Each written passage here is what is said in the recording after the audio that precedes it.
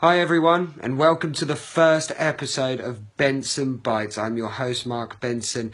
Flying solo, I'm afraid, today. My co-host, Darren Thomas, also known as DT86, still on his honeymoon at the moment with his lovely wife, Charlie. So just another big shout out to those two guys. Love to you both. I hope you're having a great time, and Darren, we will see you soon. Okay, so what is Benson Bites going to be about? Benson Bites will basically be your wrestling news show with reviews, predictions, and other funny stuff. I am currently racking my brains at the moment to try and figure out what we can do and what we can't do in the realms of YouTube, and what in the taste of decency as well, I suppose, in some places. So this will be an ongoing thing. So with each episode, I'm sure it will get more and more interesting and more segments or different types of situations will occur. Okay, so first thing that I want to bring up, this show is totally interactive and it relies solely on you guys in the world of the internet. So if you're on Facebook or if you're on YouTube, leave a comment, like, share, subscribe. Without your feedback, we won't know what we're doing right, we won't know what we're doing wrong. So I really do invite everyone, as long as you're polite and nice about it, of course, you little keyboard warriors, as long as that as long as it's polite and it's constructive criticism, we'll take it on board. Also, talk to us, come chat to us as well on Facebook and on Twitter as well. Benson Bites with a Z instead of an S, Wrestling League, DT86.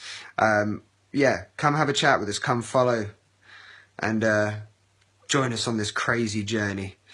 Okay, so on today's show, we have our weekly wrestling roundup, which I will give you the top stories of the week. And also, we are hours away from WWE Payback. So what I'm going to be doing is I'm going to be providing what I think may happen, not what will happen, but what I think will happen. Get you guys involved, get you guys chatting and discussing about it on social media, on Facebook, YouTube, Twitter. Let's go.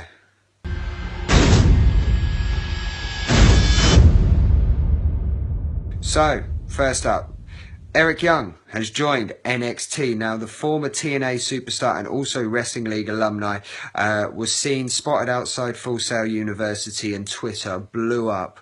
It was then confirmed a few hours later that he had indeed debuted with the company and also had, I think, his first TV match as well with them. So expect to see that on your screens very soon, guys.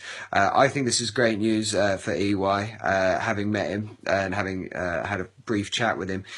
Truly decent geezer, and I wish him nothing but the best for NXT, or in NXT. I feel that alongside with him, Samoa Joe, Austin Aries, I think these kind of guys are going to be really great. We're trying to actually sort of grow and nurture the new talent that's constantly revolving in NXT. Also this week they announced a new set of class members for NXT, or for the Performance Center, should I say. And I think it's great that they're bringing in these people like Samoa Joe, like Austin Aries, like Eric Young, possibility of Bobby Roode, and having those legends there as well, Norman Smiley, Robbie Brookside, William Regal. I mean, my gosh, I mean, the talent pool there to try and nurture and bring these new stars up is quite incredible. So, fantastic news for EY. Fantastic news, mate. You're going to absolutely smash it. See you down the road, mate. Love it.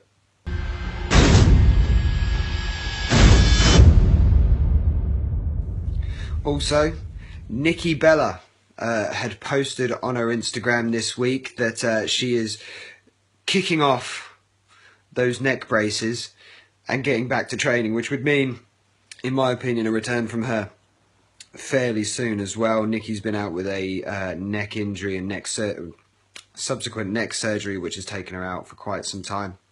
She did join her sister and the other members of Team Total Divas on the WrestleMania 32 kickoff show, and obviously had her little WrestleMania moment with her sister and all the girls there. So it looks as though we shall be getting Nikki Bella back. So what does that mean? Does that mean Brie comes back as well? We know full well with Daniel Bryan being retired, there is discussion that Brie has stated that she wishes to retire fairly soon herself, for her and Daniel to then start a family of their own.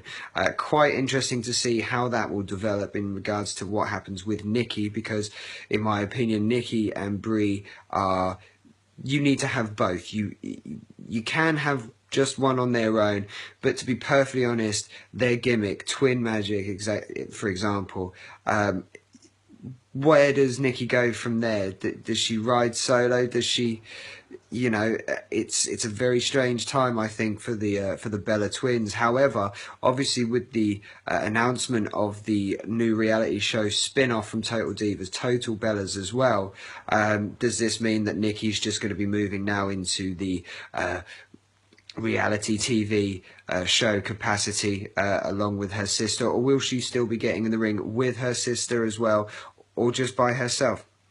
Interesting news in that regard, and hopefully she'll be back soon to kick some ass and take some names.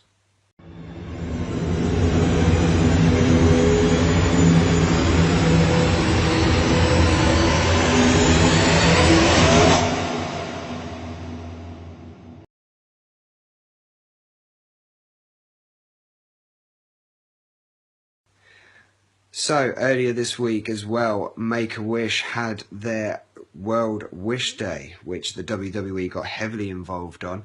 The WWE and the Make-A-Wish Foundation, for those unaware who the Make-A-Wish Foundation are, the Make-A-Wish Foundation are a charity where they grant wishes for sick kids.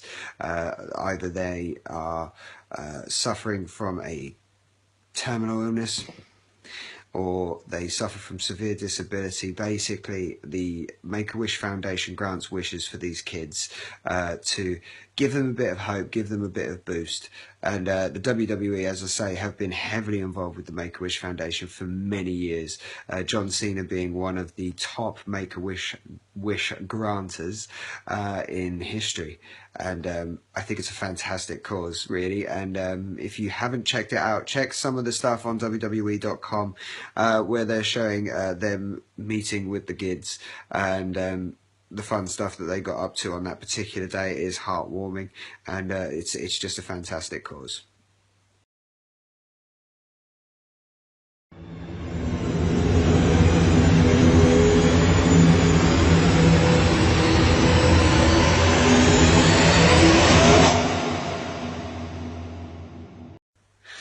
So, we are hours away from WWE Payback, and so therefore, like I said earlier on, I will be providing you with my WWE Payback predictions. So, first off, we have Kalisto versus Ryback in a rematch for the WWE United States Championship. I'm questioning why we need to see this again. To respect to both competitors, I don't think we're going to see anything different than what we saw from WrestleMania 32, or the kickoff from WrestleMania 32, should I say. It's unfortunate that the title, again, has resorted back to being on the kickoff show. There was a time where, obviously, it was quite prestigious once again. And I'm thinking that potentially, with a returning John Cena, this could be the platform for the United States Championship to regain that prestigiousness. So I think it would be strange them giving it to Kalisto again, especially cleanly. So I'm going to put myself down for a Ryback win. Next up on the card, we have Baron Corbin versus Dolph Ziggler. Now, I love the fact that Corbin was given the huge rub at WrestleMania 32, winning the Andre the Giant Memorial Battle Royal on his debut WrestleMania as well, no less.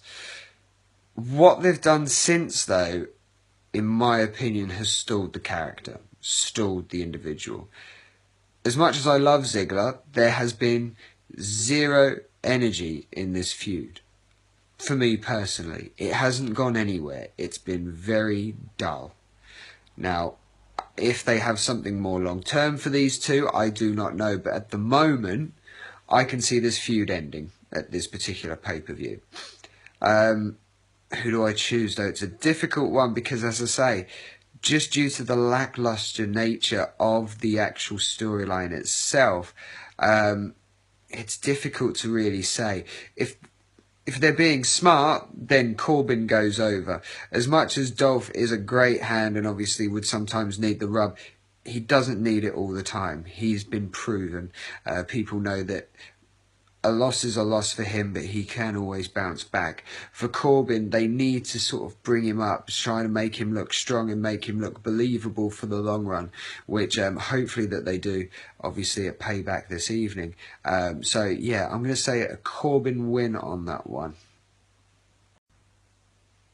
Next up, we have the tag team tournament final between Enzo and Big Cass versus the Vaudevillains for a chance to meet New Day for the WWE tag team titles at a later date. First and foremost, Kofi Kingston, congratulations on the birth of your second child, mate. Hope everything is going well. Now, how I see this match going. Now, my heart rests totally with Enzo and Big Cass. I was there at the Monday Night Raw the day after WrestleMania, and the pop for them was absolutely astounding. It was almost like we had another 101,000 people within the American Airlines Centre. It was a fantastic evening and an amazing debut for them. However, because of the stipulation of the tournament itself, I see the Vaudevillains going over with the Dudley Boys' help. This obviously sets up Enzo and Cass versus the Dudleys at a later date. The Vaudevillains then go on to meet the New Day for the WWE Tag Team titles. I don't know what happens to the Vaudevillains after the match with the New Day for the WWE Tag Team titles, but I can only assume that they're going to now be on the main roster for the good now. So, with this one, my heart is saying Enzo and Big Cass. However, my head is going with the Vaudevillains. Next up, we have Sami Zayn versus Kevin Owens. Now, I love the feud between these two. This feud can literally go on for years for my liking, because I love every time these two get in the ring together. You've got the perfect storyline, the perfect scenario sort of sitting just nicely underneath it of them being BFFs for such a long time, with Kevin then turning on Sami at NXT Arrival when Sami won the title. Now, I see in relation to this one Sami Zayn winning. And the reason being is Sami Zayn, his win-loss record on WWE television has not been that great so far. Kevin Owens can afford a loss at this time, given the last couple of months for Kevin Owens have been, again, phenomenal. He has been fantastic as Intercontinental Champion, losing it to Zack Ryder at during the ladder match at WrestleMania 32. I think Kevin Owens is going to be elevated to a main event position very soon. He's almost there. And I think that as much as obviously he is almost there, I do not think a loss will harm him. So I think in regards of sort of getting the momentum of Sami going, I see Sami pipping this one. But a very tough battle, and I think it'll be a bit of a war between these two. So I'm very much looking forward to this one. Next up, we have Dean Ambrose versus Chris Jericho in a match that's kind of just appeared out of nowhere. Chris Jericho had obviously ended his feud with AJ Styles at WrestleMania. Likewise for Dean Ambrose with his very, very short program with Brock Lesnar. Obviously, those two needed something to do, obviously. They've been able to latch onto a decent angle with the Ambrose Asylum versus the Highlight Reel, their respective talk shows. To be honest, I think for these two guys, it's just a match on the show. I don't see this going any further or how it can progress any further. To be perfectly honest with you, I think Dean Ambrose takes it. Reason being is Jericho, in all the times that he's been back, and to credit to him as well, he has been purely there to get the new talent over. And he has been a great hand in obviously the last few years and coming back once he's come off of tour with Fozzy and just basically working with some of the new guys and just making them look shit hot. So, yeah, I'm going to see the same thing with this as well. I think Ambrose takes this over Jericho. It doesn't harm Jericho one bit. I'm sure he has a tour with Fozzy soon, so I'm sure we won't see him on TV soon. But, yeah, I think with this one, I would definitely give it to Ambrose over Jericho. Next up, we have the Battle of the Generations, the women's title match between Charlotte and Natalya. Natalya with her uncle, the great Hall of Famer, Bret the Hitman Hart, and in Charlotte's corner, the Hall of Famer, 16 times world champion, the Nature Boy, Ric Flair. I see Charlotte going over in this one. As much as obviously it's nice to see Bret there with Natty, Charlotte needs to keep on as champion. She needs to keep on as champion for as long as humanly possible. I think this would help brand that WWE Women's Championship to a great degree, because I think she is one of the best that they have, if not the best that they have. And I think that she's a credible champion, and she should continue to do so. The only thing that irritates me, which I think will ultimately be addressed in this match, is Ric's involvement in Charlotte's matches. I'm hoping that they come to some conclusion, or come to some point where Charlotte will end up just sort of saying, "That's it, Dad, leave it be. I need to do this on my own." Now, is it a case that she needs to lose the championship with her father's sort of disturbance, shall we say? Or is it a case that just over time she gets sick and tired of it? So that'll be an interesting to see in the next couple of months, because I do think a split will occur at some point. But I think in relation to this match, I only really see Charlotte going over. So, yeah, Charlotte to go over Natty. And finally, the main event, the WWE World Heavyweight Championship between Roman Reigns and the #1 contender, AJ Styles. Now, I think I was just about as shocked as everyone that Monday night following from WrestleMania, where AJ Styles became the #1 contender in a fatal four-way match between Kevin Owens, Chris Jericho, AJ Styles himself, of course, and a returning Cesaro. Unfortunately, I mean, I do see a WWE title run in AJ's future. I just don't see it yet. After all that build of WrestleMania 32, Roman versus the Authority, it's going to seem very strange to then just put the title onto someone else after all that hype. And also with the fact, if that was their plan altogether, why on earth could we have had someone completely different from Roman Reigns? And I would have far more enjoyed that main event. So, unfortunately, I do see Roman Reigns going over. Now, the circumstances on how he goes over is quite interesting, because we've obviously had the introduction of Gallows and Anderson in this whole situation, stating that they're working on behalf of AJ Styles. Now, AJ states this isn't the case. Now, wouldn't it be interesting, the swerve, if Roman is behind it? Interesting. Food for thought. But I do think that Roman will go over in this particular one. It's too early to take the belt off him. And he's obviously going to have a massive run. He could have a year run, for all we know. But, yeah, I think taking the title off of him that quickly, as much as I'm not a huge fan of him, I can tell that obviously a lot of other people are not either. It's far too early to be taking the title off him. So Roman for the win on that one.